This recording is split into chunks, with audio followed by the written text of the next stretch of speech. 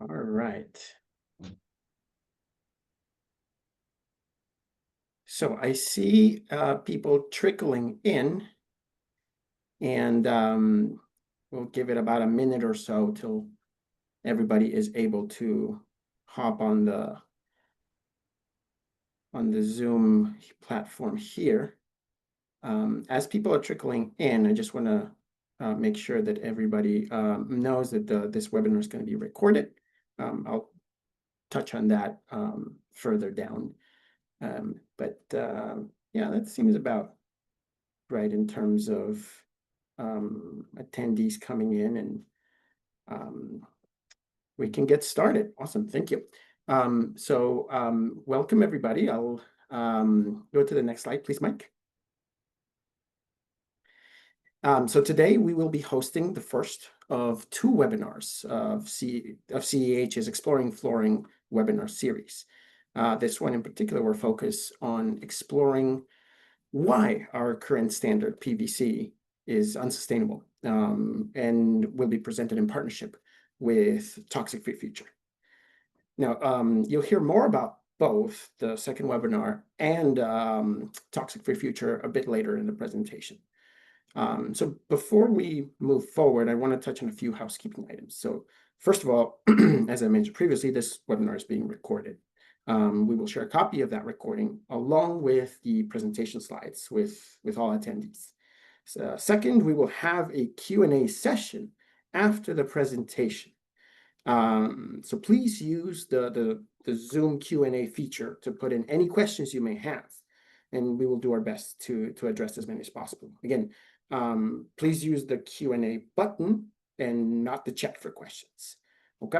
And finally, I would like to remind everybody that this is the first of a two-part webinar series. The second one will explore sustainable alternatives and will be hosted later this month on June 26th. I will share the link to register with all attendees later on. So next slide, please, Mike. So I want to introduce our featured speakers. First off, we have Mike Shade, who is the Senior Director of Programs and Strategy at Toxic Free Future. Mike will be talking about why PVC is such a horrible material choice for flooring. And we also have myself, Jose Aguayo. I am the Senior Program Manager of CEH's Green and Clean Procurement Team. I will be briefly talking about the current state of the flooring market. So we can go to the next slide. And briefly, I want to talk about who CEH is, for those of you who are not too familiar with our work. So CEH is a nonprofit organization whose mission is to reduce exposure to toxic chemicals in our air, water, soil, food, and the products we use.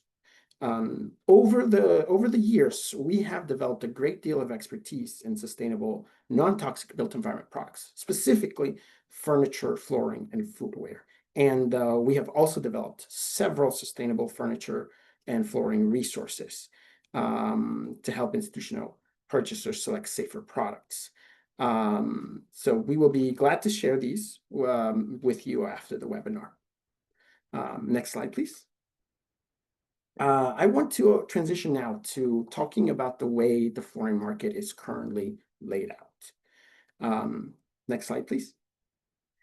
So luxury vinyl tile, or LVT, currently dominates the flooring market. And LVT really is a fancy marketing term created by the plastics industry for polyvinyl chloride, or PVC. LVT sounds cleaner and more upscale, right? But it is just PVC. Now, in 2024, the LVT sales reached nearly $24 billion. That's billion with a B, right? Now, this number is projected to reach around $43 billion in just 6 more years if nothing changes. And well, LVT really is such a popular material choice in flooring, mainly because its price. It's quite cheap. Also because the several finishes it offers, and it's a relatively low or maintenance costs as well. But it is very important to note that all of these advantages can also be found in alternatives. We can move to the next slide, please. Now, additionally, LVT causes a huge number of health and environmental problems. It is associated with cancer and developmental problems. Its manufacture releases toxic chemicals and greenhouse gases, and its transportation causes huge security issues and problems. Mike will touch a lot more on all these in more detail further ahead. We can go to the next slide. And it's also important to know that luckily there are alternative materials out there that have become more prevalent because of increased purchaser demand and because of really all the horrible hazards that come with LVT. In fact, the second part of our Exploring Flooring webinar series will cover these healthier alternatives. And like I said, I'll be sure to share the link to that webinar with all of you, along with the materials that we send out from this webinar. We can move on to the next slide. And now I want to pass it over to Mike so he can give you a deep dive really into PVC and its harms. So take it away, Mike. Great. Thank you so much, Jose. Thanks so much for the opportunity to present with everyone here today. And thank you to Center for Environmental Health for the invite to today's webinar. Really appreciate this opportunity. So yeah, as Jose mentioned, I'm going to be highlighting the environmental health hazards associated with LVT vinyl plastic flooring. I'll probably mostly just refer to it as vinyl flooring during the presentation. I'm going to highlight why we're concerned about it from an environmental health and justice perspective, but also highlight some of the business risks that companies and institutions and governments face for using, selling, or procuring building materials sourced from LVT vinyl flooring, as well as other vinyl plastic building materials. First, just a little bit of background on who we are. We are a national environmental health research and advocacy organization. TFF has been around for over 40 years. We conduct original scientific research into chemicals and plastics of high concern. I'll be highlighting two of the research reports we've published in recent years on the dangers of producing and transporting vinyl chloride, which is the primary feedstock chemical for producing LVT flooring. We also engage in policy advocacy at the state and the federal level. In Washington state, where we're based, Washington has really been a bellwether state when it comes to advancing bold policies to protect people, consumers, families, workers from exposure to dangerous chemicals. And at the federal level, we've also been doing a lot of work to advance protections for dangerous chemicals such as PFAS and other highly hazardous chemicals in recent years, such as asbestos, methylene chloride, and trichloroethylene. Through our Mind the Store program, which I've led for the last 11 years or so, we've been engaging and challenging major retailers to leverage their market power and influence to reduce and eliminate dangerous chemicals and plastics, such as PVC. So for today's presentation, the first part of it, I'm going to focus on why are we concerned about LVT vinyl plastic flooring. And it really comes down to three key areas: from production to use to disposal. Vinyl poses serious environmental health hazards at every stage of its life cycle.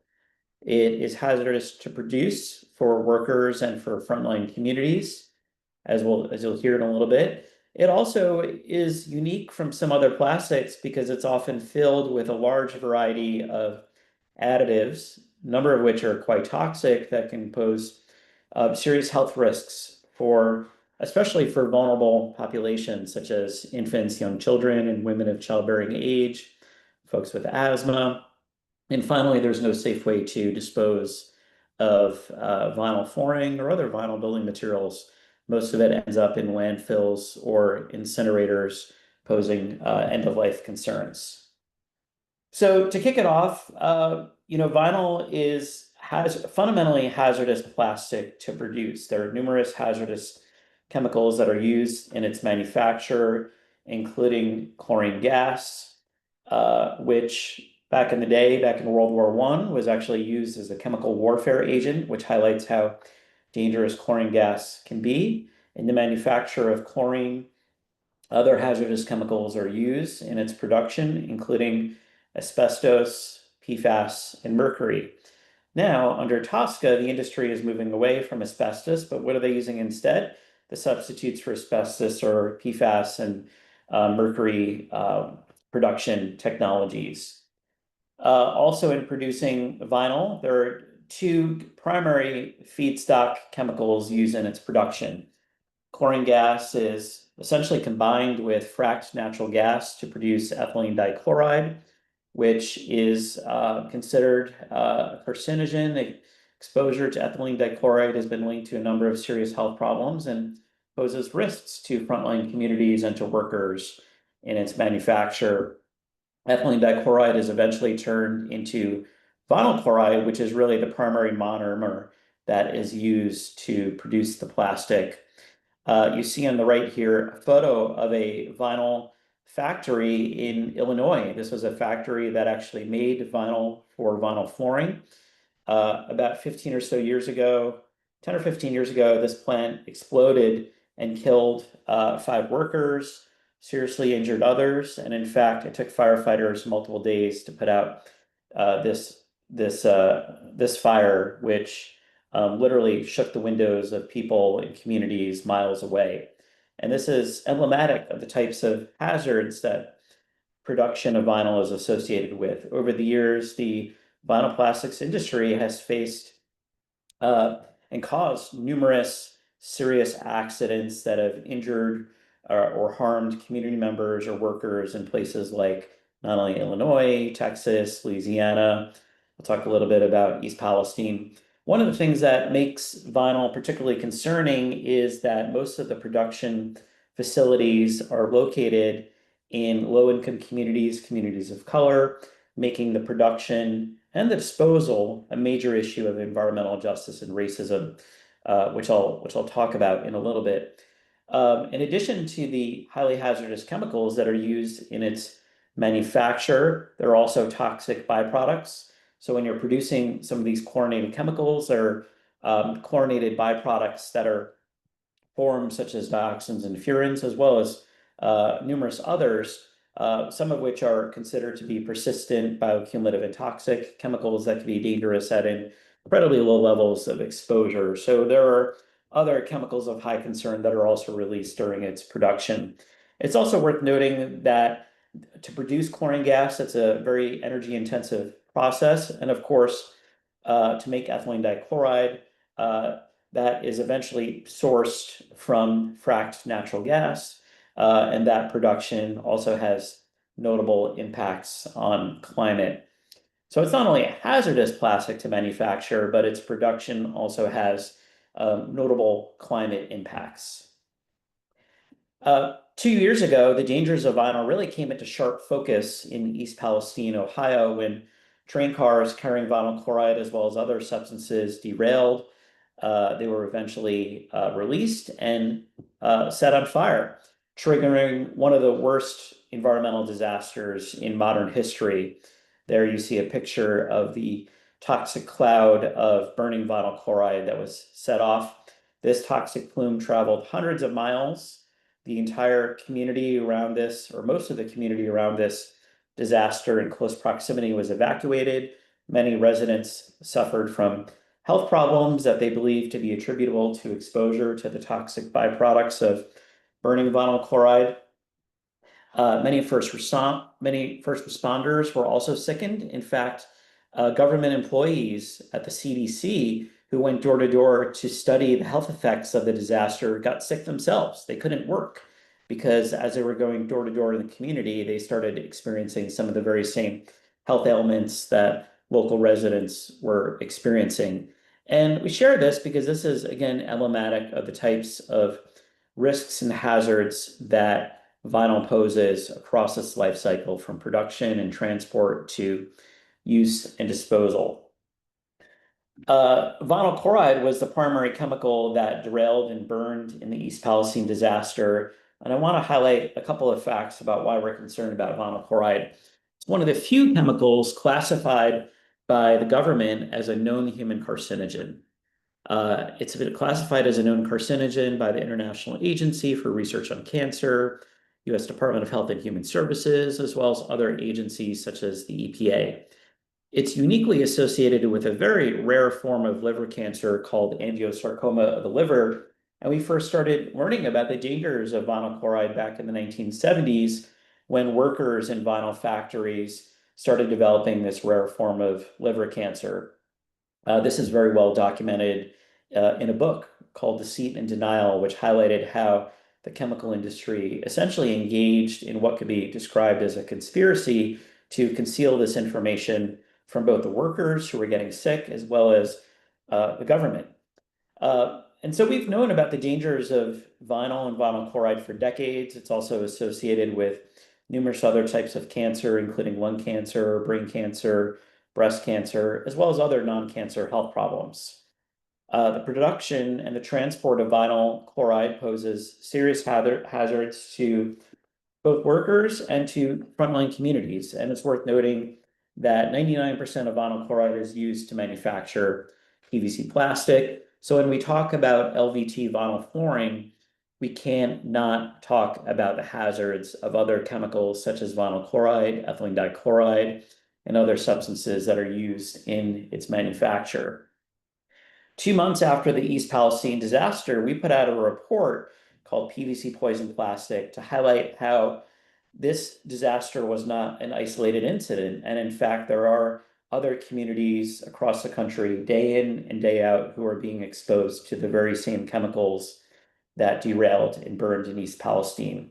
We found that across the board, the vinyl industry produces between 10 to 20 billion pounds of vinyl chloride annually in the United States alone. And that doesn't even take into consideration the large quantities of vinyl chloride that are also produced overseas in countries like China, where a lot of our vinyl flooring historically has been imported from. Although as Trump tariffs are being implemented, there's talk of onshoring more vinyl flooring production. So the vinyl industry, there is actually an example of a photo of a plant. That's a Formosa plant in Point Comfort, Texas. That's actually one of the largest polluters of vinyl chloride in the country. And this facility has been riddled with problems for decades. Across the board, the factories that produce vinyl chloride and PVC plastic, they self-reported releasing more than 400,000 pounds of vinyl chloride into the air in 1 year alone. And if you zoom in and look at where are these plants located, we actually have an interactive map on our website. You can click through if you go to toxicfreefuture.org, click on research, click on the PVC poison plastic report, scroll down, you can actually access this interactive map where you can see where most vinyl chloride producers, PVC resin facilities, and disposal sites are located. We also include, you can zoom into these communities and see how close proximity many of these facilities are to neighborhoods and to local water bodies, schools, and also where do they send their toxic waste for disposal. The industry literally landfills or incinerates massive amounts of chlorinated toxic waste annually, and many of these disposal sites are also often located in low-income communities and communities of color, like the production sites. This here is a photo of children playing in Mossville, Louisiana, near one of the largest producers of vinyl chloride in the country, now operated by a company by the name of Westlake Chemical.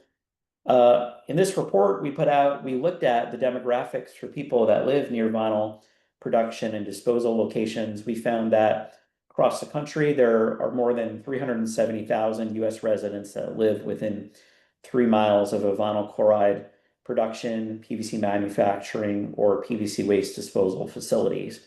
And we looked at the demographics for these communities, and we found that across the board, 63% of folks that live in these communities are people of color, compared to the nationwide average at the time of 41%. Additionally, we also found that many of these residents are on the lower income end of the spectrum, earning 37% below the national average per capita. So when we use and when we buy PVC flooring, we're contributing to disproportionate impacts to low-income communities, communities of color.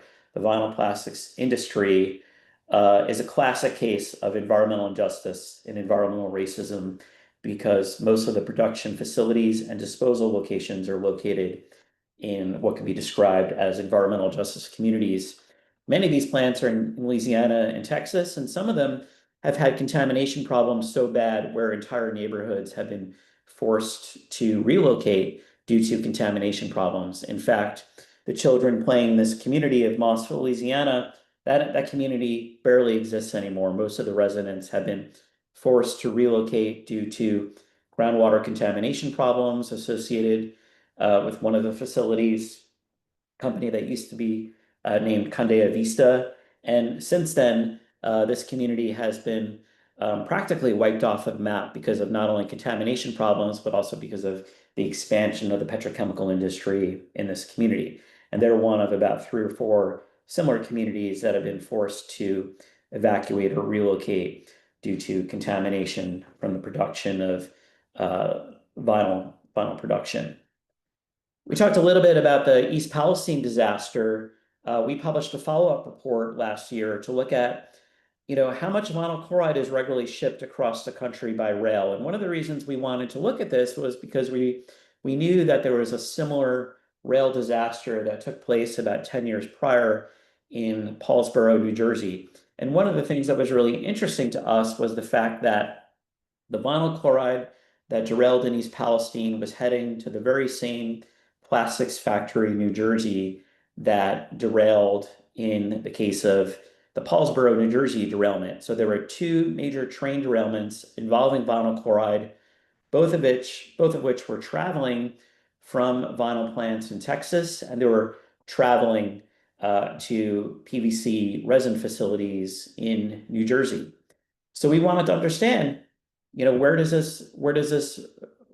these train cars typically travel and how much is on rail lines at any given moment? So we literally mapped and quantified this. And on the left here, you actually see a visual representation of where rail cars typically travel from vinyl plants in Texas to New Jersey. And we were astonished. We found that at any given moment, there's up to 36 million pounds of vinyl chloride traveling on more than roughly 200 rail cars across nearly 2,000 miles of railways across the country at any given moment. So right now, that could be happening. And when we look at the numbers across a given year, we found that there's more than 8,000 rail cars carrying approximately 1.5 billion pounds of vinyl chloride traveling from oxyvinyls, chemical plants in Texas to these other plastics plants in not only New Jersey, but also in Illinois, in Niagara Falls, Canada. And so this is a concern because there have been at least 2 major rail disasters over the last 10, 15 years that secondary residents that impacted first responders and other firefighters, and we're concerned that this could happen again. We not only mapped the rail routes, but we also looked at the demographics for some of the communities. So this here are illustrations showing how many people live within a 1-mile radius of railroads in Texas and Philadelphia, where vinyl chloride commonly travels by rail. We looked at a 1-mile radius because the federal government recommends an evacuation zone of 1 mile during a major vinyl chloride train derailment. In the case of Houston, in this one location alone, there's more than 14,000 people, 97% of which are people of color, and 5 schools located within 1 mile of this one location. In Philadelphia, the numbers are even greater. There are 60,000 people, approximately 95% of which are people of color, and 18 schools that are located within a 1-mile radius of this rail line where vinyl chloride regularly traverses the nation.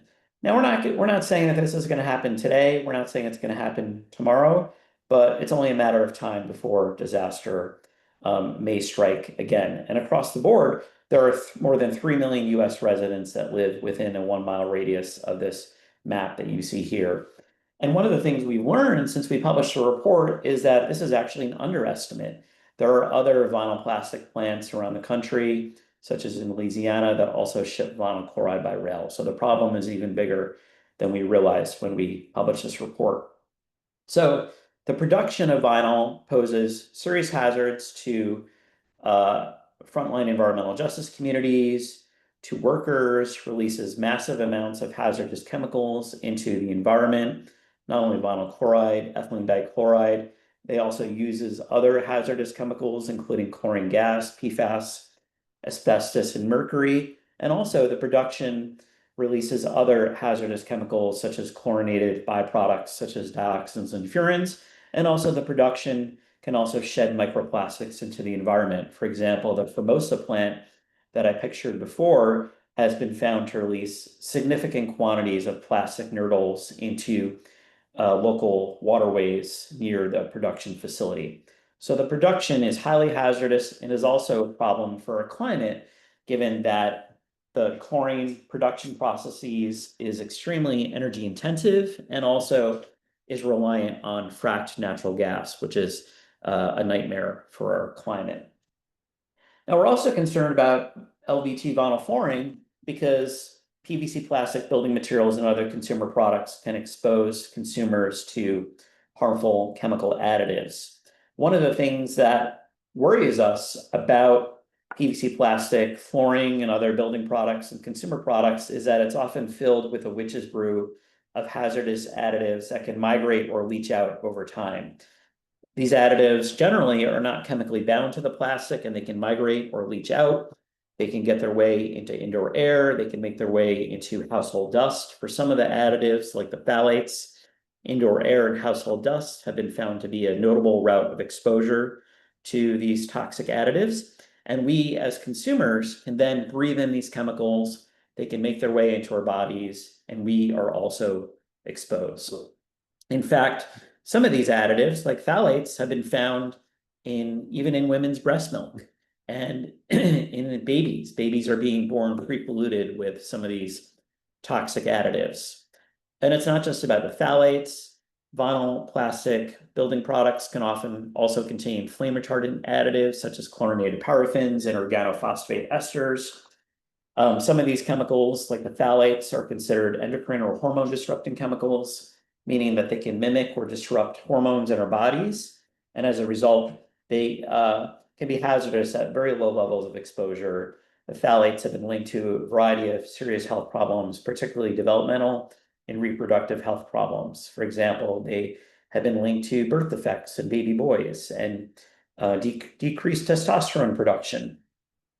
Vinyl plastic products often also contain stabilizers to help prevent degradation. Additives such as lead, cadmium, and organotints have been found in vinyl plastic products. The good news is that many major flooring manufacturers have been moving away from some of the worst toxic additives in vinyl flooring, such as some of the phthalates, some of the heavy metal stabilizers like lead and cadmium.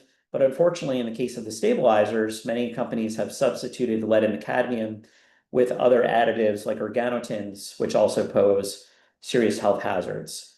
Additionally, many manufacturers use recycled vinyl content in the flooring. Now, that sounds like a good thing until you realize that studies have documented that recycled vinyl flooring can contain some of the legacy toxic additives like the phthalates, like the heavy metal stabilizers, and like the flame retardants. So some people might be like, oh, it's a good thing that we're using recycled vinyl in our flooring. However, there's concern that that can reintroduce toxic additives, some of which have been banned in kids' toys, but are found in products like vinyl flooring that we use in schools and daycare centers or healthcare institutions. So we're concerned about not only the production, but the use, and then also the disposal. One of the things that makes vinyl unique from most other plastics is that it's largely based on chlorine chemistry. Massive amounts of chlorine are used in its manufacture. And a concern is that when you burn chlorinated products like PVC plastic building materials like vinyl flooring, you can create hazardous chlorinated byproducts such as hydrochloric acid, hydrogen chloride gas, dioxins and furans, and literally dozens of other chlorinated byproducts, most of which have never been adequately studied. Some of them, though, we know are hazardous for firefighters, building occupants, and some of them are considered to be among the most toxic chemicals on the planet.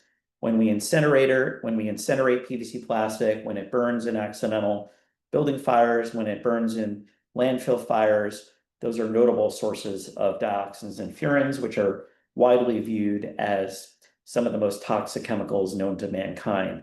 In fact, they're so toxic that there's an international treaty signed by more than 100 countries across the world, the Global POPs Treaty, which is targeted for global elimination of dioxins and furans. And the end-of-life landfilling, incineration, accidental fires associated with PVC is a notable contributor to dioxin pollution around the world. And that's why firefighters have been really supportive of advancing governmental policies to restrict PVC in the built environment because of this concern. So there's no safe way to manufacture it, it's hazardous to consumers, and disposal poses serious hazards to firefighters and building occupants. There's also notable business risks associated with using, selling, procuring PVC flooring and other PVC products and building materials. One of the risks is reputational risks. Since the East Palestine disaster a couple of years ago, we've been seeing a lot of media attention paid to the problems of producing, using, disposing of vinyl plastic. I forgot to mention that one of the issues that we saw in California this past year was there were a lot of accidental there was a lot of wildfire fires where a lot of plastic building materials burned. And we know that there's serious concern with the toxic byproducts of PVC plastic building materials that burned in those accidental wildfires. And we probably may never know what are the long-term health impacts of burning those plastic building materials and what are the dangers that they pose over time to firefighters and other first responders, as well as building occupants. So getting back to what I was saying, there are notable reputational risks associated with vinyl. I mentioned the wildfires because there's been a lot of media attention paid to the long-term health risks of the PVC building materials that burn in those fires. For the two reports we published following the East Palestine disaster, both of them received notable media attention. The first one was on the front page of the New York Times. The second one we published, you see some of the media hits pictured here. We got attention in the Washington Post.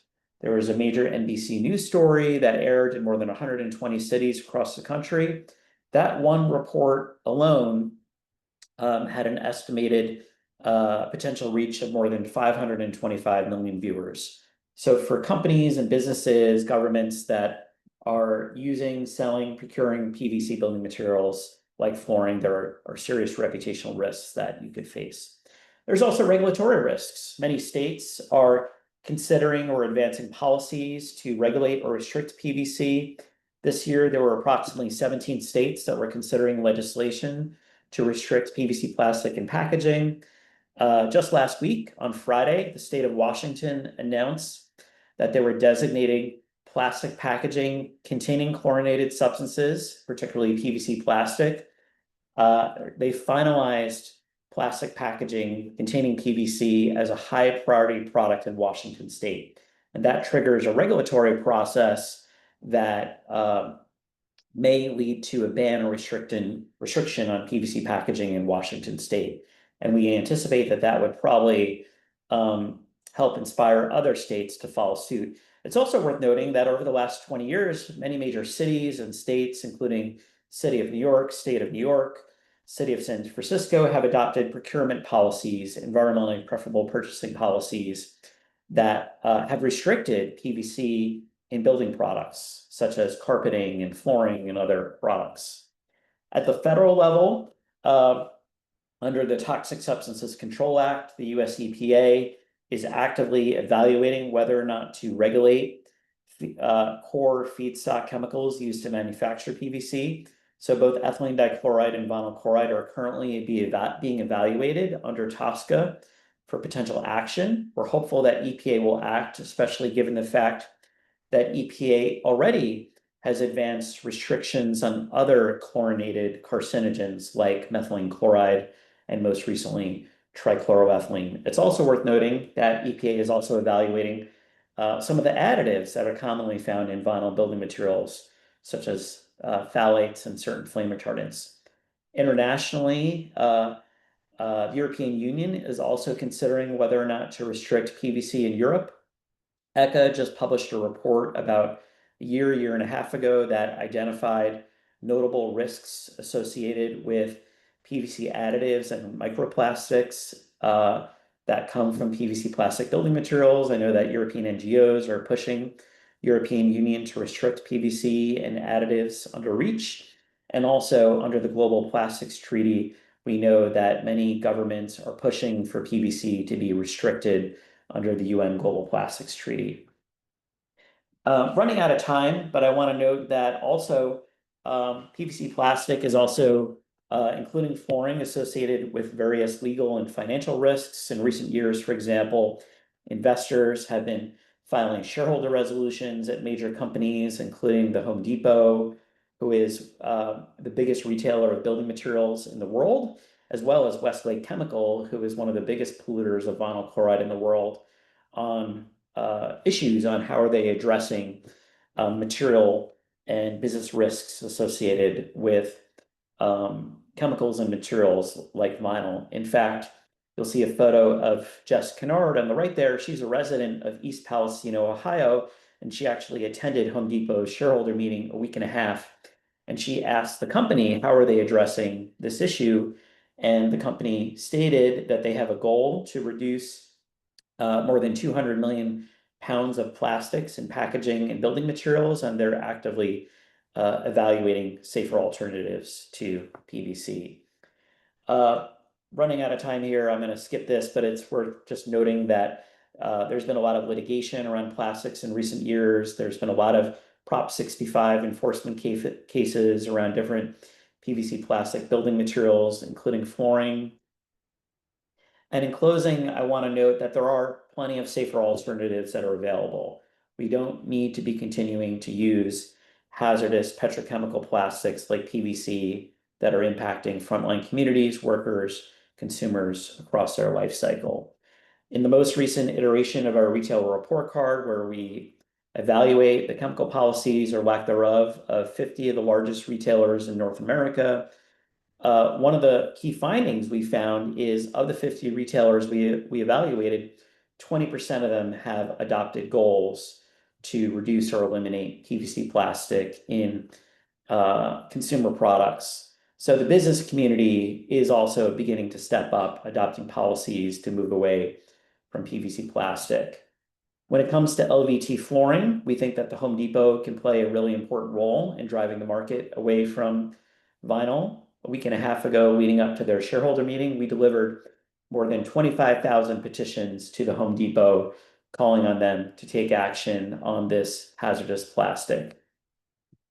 And especially given the fact that there are safer alternatives to many PVC building materials, including LVT flooring, that companies like Home Depot and governmental institutions purchase day in and day out. I'm not going to dive into this today. I know that this is a topic of focus for the next webinar, which Jose mentioned earlier. The good news with LVT flooring is that there are plenty of safer alternatives that perform well, that are attractive, and in some cases actually last longer than vinyl, such as linoleum, a bio-based material. So in closing, across its life cycle, PVC is an environmental nightmare. It also poses serious business risks for companies. And the good news is there are safer alternatives available. We don't need to continue to be using or procuring this fundamentally hazardous poison plastic. If you're interested in learning more, we have a lot of information including the two research reports I mentioned on our website at toxicfreefuture.org. We also have information on our retail report card on how companies are taking action to phase out PVC in products and packaging. I encourage you to check that out at retailreportcard.com. Here's my email address if you're interested in getting in touch, and I'm looking forward to the Q&A. And I'll pass it back to you, Jose. Thank you. Excellent. Thank you so much for that, Mike. And yeah, we can move over to the Q&A session here. Thank you for those who have submitted questions here. We will do our best to answer all the ones that we're receiving here. I'll move on first to a question about safer plumbing options. So there are certainly safer options than PVC for flooring, as Mike just outlined, but do you know any safer and affordable options for residential plumbing? At least on our end for CEH, we have not done a deep dive into plumbing materials, PVC obviously being a huge material that dominates that landscape as well. As I understand it as well, there are a few also concerns with other metals that are used there, namely, the pricing point for those seems to be quite a bit higher. On your end, Mike, have you guys done any work with We have, yeah. It's certainly challenging, but important, especially because, as I'm sure some of the listeners may know, in recent years, there's been a lot of work at the federal level in cities and states to remove lead service lines from major cities, whether it be Newark, New Jersey, or Flint, or Syracuse, New York, because we know that old lead service lines can introduce lead into drinking water. So the EPA has been funneling literally millions and millions, perhaps even billions, I don't have the number in front of me, but a massive amount of federal resources to replace lead service lines. And we and other organizations are really concerned that in many cases, some cities or states can be replacing one toxic hazard with another. Classic case of regrettable substitution where companies will substitute one material for another. So we are seeing in some cities and states where governments are moving from traditional lead service lines to PVC plastic, which is not great, particularly given the life cycle hazards that I spoke to, but also because we know that there is some research that is out there that has demonstrated that old PVC plastic piping can introduce vinyl chloride into water. And also newer piping, I think there's questions about whether or not vinyl chloride may be leaching into piping from PVC plastic into water. I know there's been some recent studies in France that have looked at that. Additionally, our friends at Beyond Plastics published a report a couple of years ago that really looked very closely at this and presented some pretty compelling information highlighting various chemicals of concern that can migrate out of PVC pipes into water. There's also concern about, over time, PVC plastic shedding microplastics into water as the piping degrades. So one of the tools that we often point people to when we talk about alternatives to PVC, as well as other chemicals of concern and materials of concern in the built environment, is research put out by the NGO Habitable.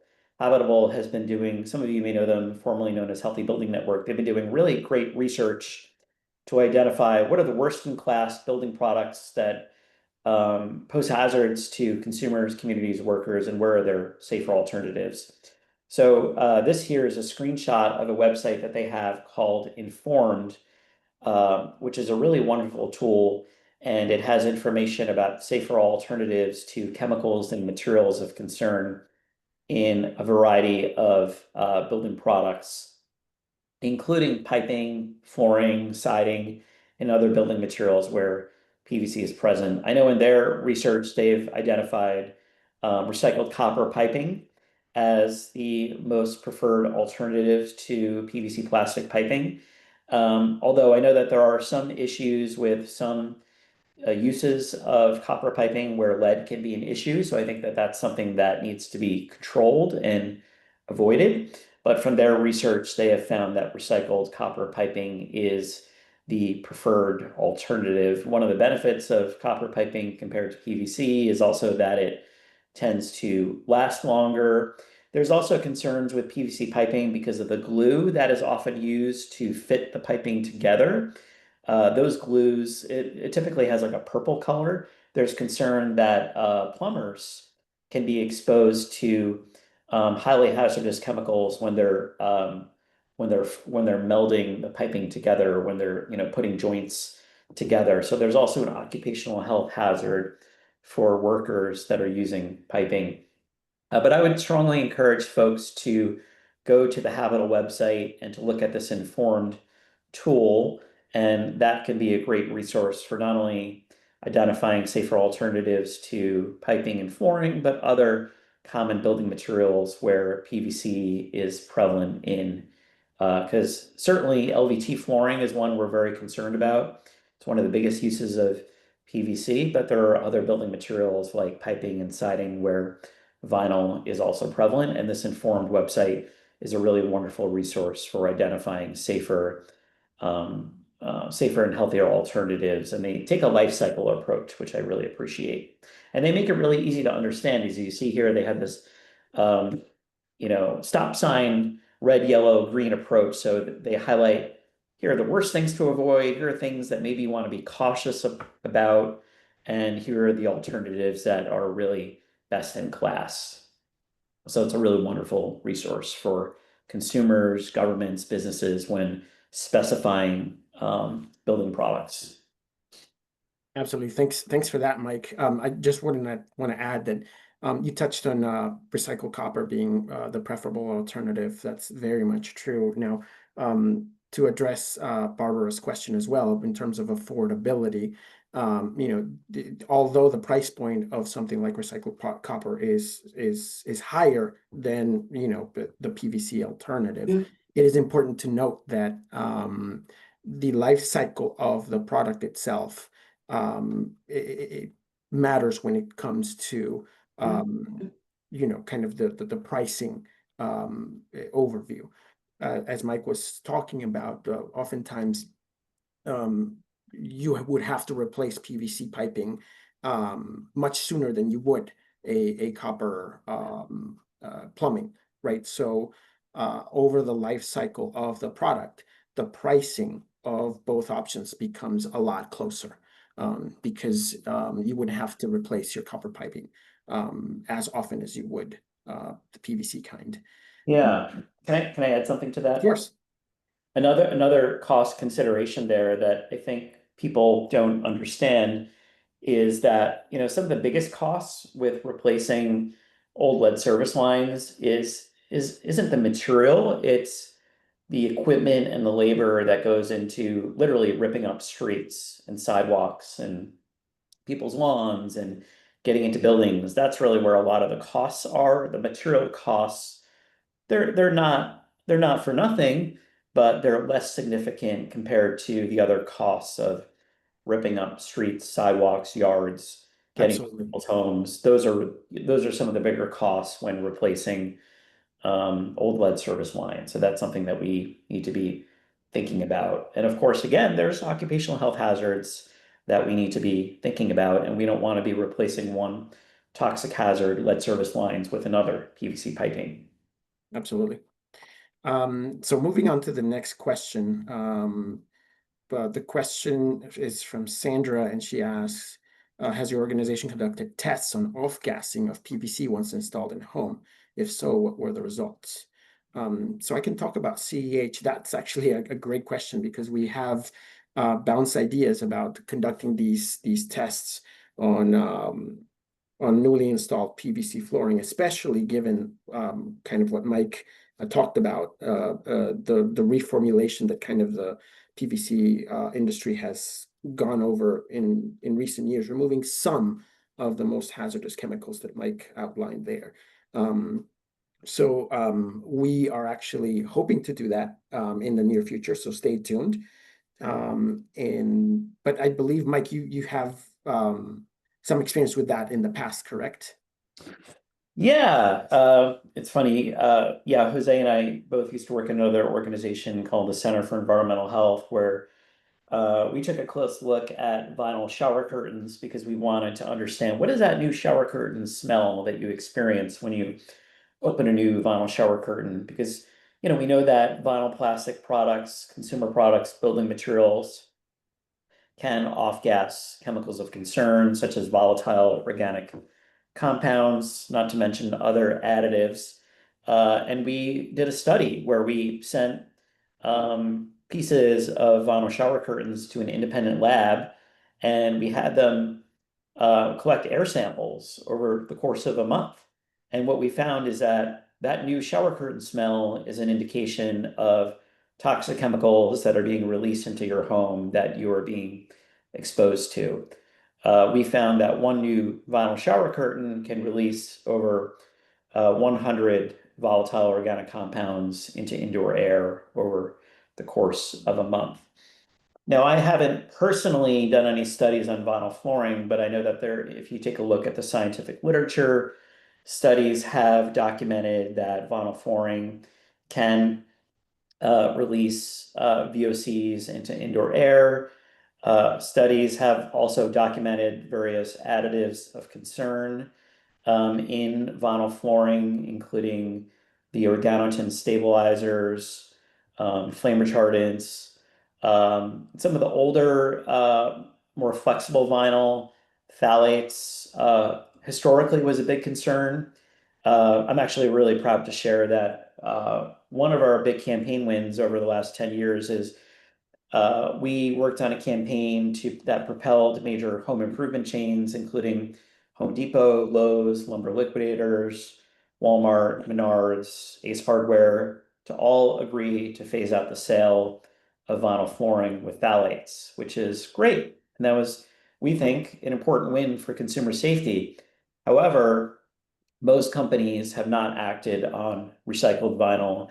And as I noted, there's concern that recycled vinyl can reintroduce phthalates into the indoor environment. I don't think that has been studied significantly, but there's, I think, plenty of evidence that has shown that vinyl flooring can release other substances of concern over time, such as VOCs and organotins. And again, the consumer piece is really just one part of the puzzle. In my view, the biggest concerns are the larger life cycle issues with the production and the eventual end of life disposal. And the production impacts are probably the most significant. And so as we as a society think about how do we promote greener buildings, how do we promote more sustainable businesses, we really need to be taking a life cycle approach, because it's not going to do anyone good if this, building material that you're using in building a new school or a hospital or a government building is leading to the poisoning of frontline environmental justice communities in Cancer Alley, Louisiana. So we really need to be taking a life cycle approach to material selection and avoiding worse in class materials like vinyl flooring. Excellent. Yeah, that's right. There's another question by Shelley that's very similar and talks about besides opening windows and doors and whatnot, what can we do to remediate the effects of fluoride that's already in place? So to that, I would add that um, once installed, the off-gassing, I think that's kind of what your best bet is, airing the place out. And the good thing is that these off-gassing chemicals, generally speaking, are at their peak when the material is new. So as time goes on, they become slightly less of a concern. However, I think what I would point at that point is some of the things that Mike outlined, right? That when it comes time to either replacing that flooring, right, or putting a new material in, remember that there are alternatives out there that can do the job just as well, if not better. than PVC. So whenever you're planning on doing remodelations or looking for a new place, that those factors hopefully come to your mind. I think the question also talks about any potential water filter that would filter out PVC. I'm assuming, I think we can talk about microplastics here, although we don't have a lot of time left. But I think, the most recommendable water filters at that point would probably be activated carbon ones. Mike, I don't know if you have anything to add in terms of water filters there. Um, Yeah, yeah. not off the top of my head. Yeah, I mean, generally speaking, I mean, for most, even chlorinated chemicals, activated carbon would probably be your best bet. Those are rather pricey, but they do the trick. Um, I think we have one last question here. And that is if there are any independent certification labels or standards um, that are already addressing PVC or LVT, and I can address that. When it comes to flooring, CEH actually developed a good tool that outlines the different certifications or the major certifications that are out there that deal with PVC and other chemicals of concern that are in flooring. So just to kind of off the top of my head, some of the ones that we would point out to would be the Green Health Approved seal, which generally speaking just applies to flooring materials that are used in healthcare settings, but that's a very good certification to look at. Another one that we would point to is Cradle or Cradle, which looks at the material health section actually addresses PVC there. In addition to that, there's also the Red-Free list as well. That's another very good certification out there that weeds out PVC, at least in flooring materials. So again, I can send a link to everybody for that's interested in this particular resource, along with the materials that we'll send out with this webinar.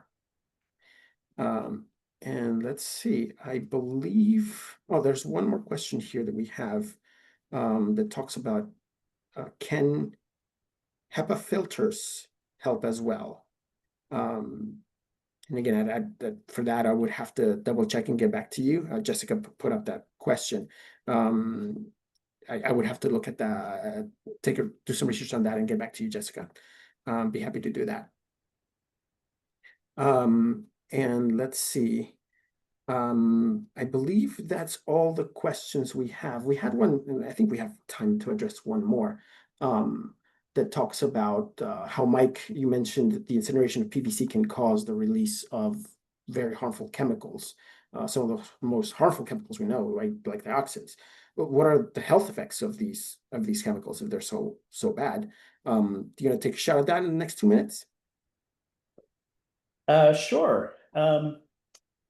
So dioxins are chemicals that are not intentionally produced. They are produced largely when chlorinated substances and materials burn, such as vinyl chloride, PVC plastic, and they are widely considered to be among the most toxic chemicals on the planet, particularly because they're considered to be endocrine or hormone disrupting chemicals. So even extremely low levels of exposure to dioxins can increase your risk of serious health problems. Many of you are probably familiar with Agent Orange and the problems that Agent Orange caused for folks in Vietnam and Vietnam vets. Agent Orange was a herbicide that was contaminated with dioxins, and we really started first learning about the dangers of dioxins after Agent Orange was being used and sprayed in Vietnam. There are more than 100 different dioxin congeners. Some of them are more toxic than others, but they can cause a wide variety of serious health problems, including different types of cancer. They can cause a rare, or not a rare, but they can cause a skin problem called chloracne. They can cause reproductive problems, including birth defects. They can cause developmental problems. And the vinyl life cycle is a notable contributor to dioxin pollution. both when PVC is produced, but also when it burns in landfill fires, incinerators, accidental building fires. So when the East Palestine disaster took place in Ohio, we and others were very concerned that dioxins were being released. And more recently, in the LA fires, we were also very concerned about dioxin releases. And so this is one of the reasons why we and other groups have been advocating for PVC not to be used in flooring and other products, because from production to disposal, vinyl can release these extremely persistent chemicals, which I should mention tend to build up in the food chain. They build up in our bodies and they don't break down. If you have 1 part of dioxin in your body today, it takes 7 to 11 years for half of it to degrade. So it has an extremely long half-life. And that's one of the reasons why scientists are very concerned about these substances. Yeah, absolutely. Thank you for that, Mike. I think, to add to that, you mentioned endocrine disruption is one of the biggest hazards that's associated with these dioxins. And I think the reason why they have been called, the most harmful chemicals ever made is not only because of their persistent nature in our environment, but also because they have multiple health effects associated with them, endocrine disruption being one of them, immune system damage as well being recorded, developmental problems, cancer even as well in certain instances. So I think, the fact that they hit multiple points of concern is yet another reason. But yeah, I think that concludes our question session here. Thank you for everybody for attending. We will be sure to upload the recording as well as the slides for our webinar today at the webpage and send it over to everybody who has registered and attended this webinar. A special thank you to you, Mike, for taking part in our webinar here. And we look forward to seeing everybody in the second part of our webinar series on June 26th. Thank you so much, and we'll see you again soon. Take care. Bye, everybody. Thanks, everyone.